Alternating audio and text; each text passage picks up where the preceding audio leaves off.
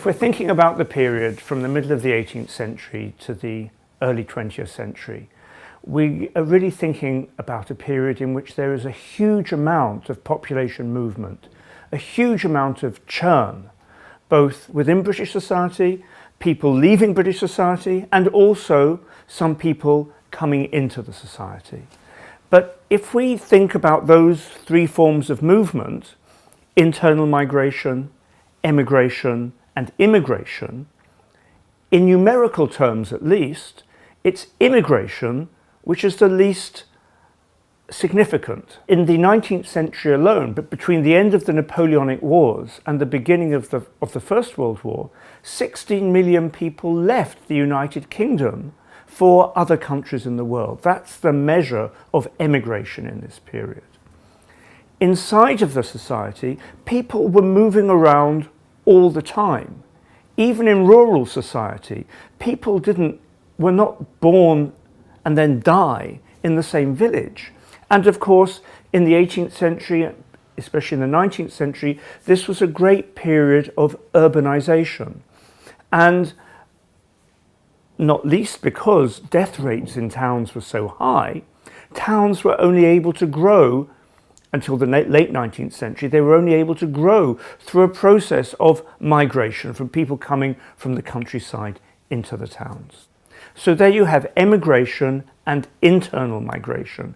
And then on top of that, you have waves of different sorts of immigration from the middle of the 18th century all the way up until the early 20th century. Immigrants came from Europe. The largest numbers came from Germany and from Italy. The other key group is the Irish.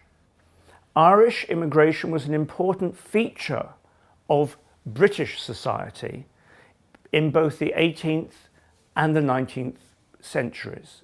In the 19th century, something like 1 million Irish came from Ireland to England, Scotland, and Wales. The Irish are an interesting case because are they immigrants or are they internal migrants? In the 18th century, Ireland was connected to Britain as a union of kingdoms. They had the same monarch, but Ireland had its own parliament. Then that status changed in 1800 through the Act of Union. In formal terms, 19th century immigration from Ireland was internal migration, not immigration. But of course, many people in England and Scotland regarded the Irish as foreigners, and many of the Irish immigrants themselves regarded themselves as in exile. It's important to understand that with the exception of a period during and just after the French Revolution, there were no laws against immigration into the UK. The borders were open, a situation which is, as it were, well, it is imaginable today, but it doesn't seem very likely to happen today. So we have a period of relatively low immigration, yet when the borders were open. By the start of the 20th century, there was a strong movement to restrict immigration to Britain. And the upshot was, in 1905, the first modern Immigration Act passed in this country, the Aliens Act.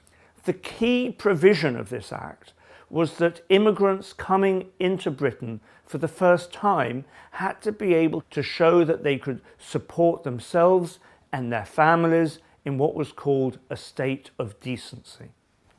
We sometimes think about internal migration in a separate box from immigration. But in some ways, this isn't always the right way to think about it, because what matters here is not so much the distance that people travel, but the nature of the border that they cross. So if we think about the way in which English society was organized in the 18th and 19th centuries, then we can see that internal migrants then crossed some borders which we now tend to think about in connection with immigrants from overseas. And what I mean by that is that in the 18th and 19th centuries, welfare was organised on a local basis, on a parish or municipal basis.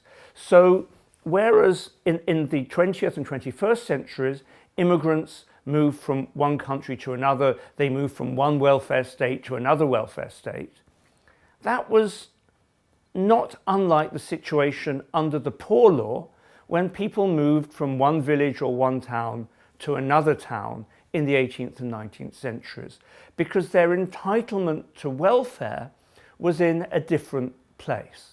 So in this way, some of the issues raised by internal migration in the 19th century and the 18th century are very resonant of the issues raised by immigration in the late 20th and early 21st centuries.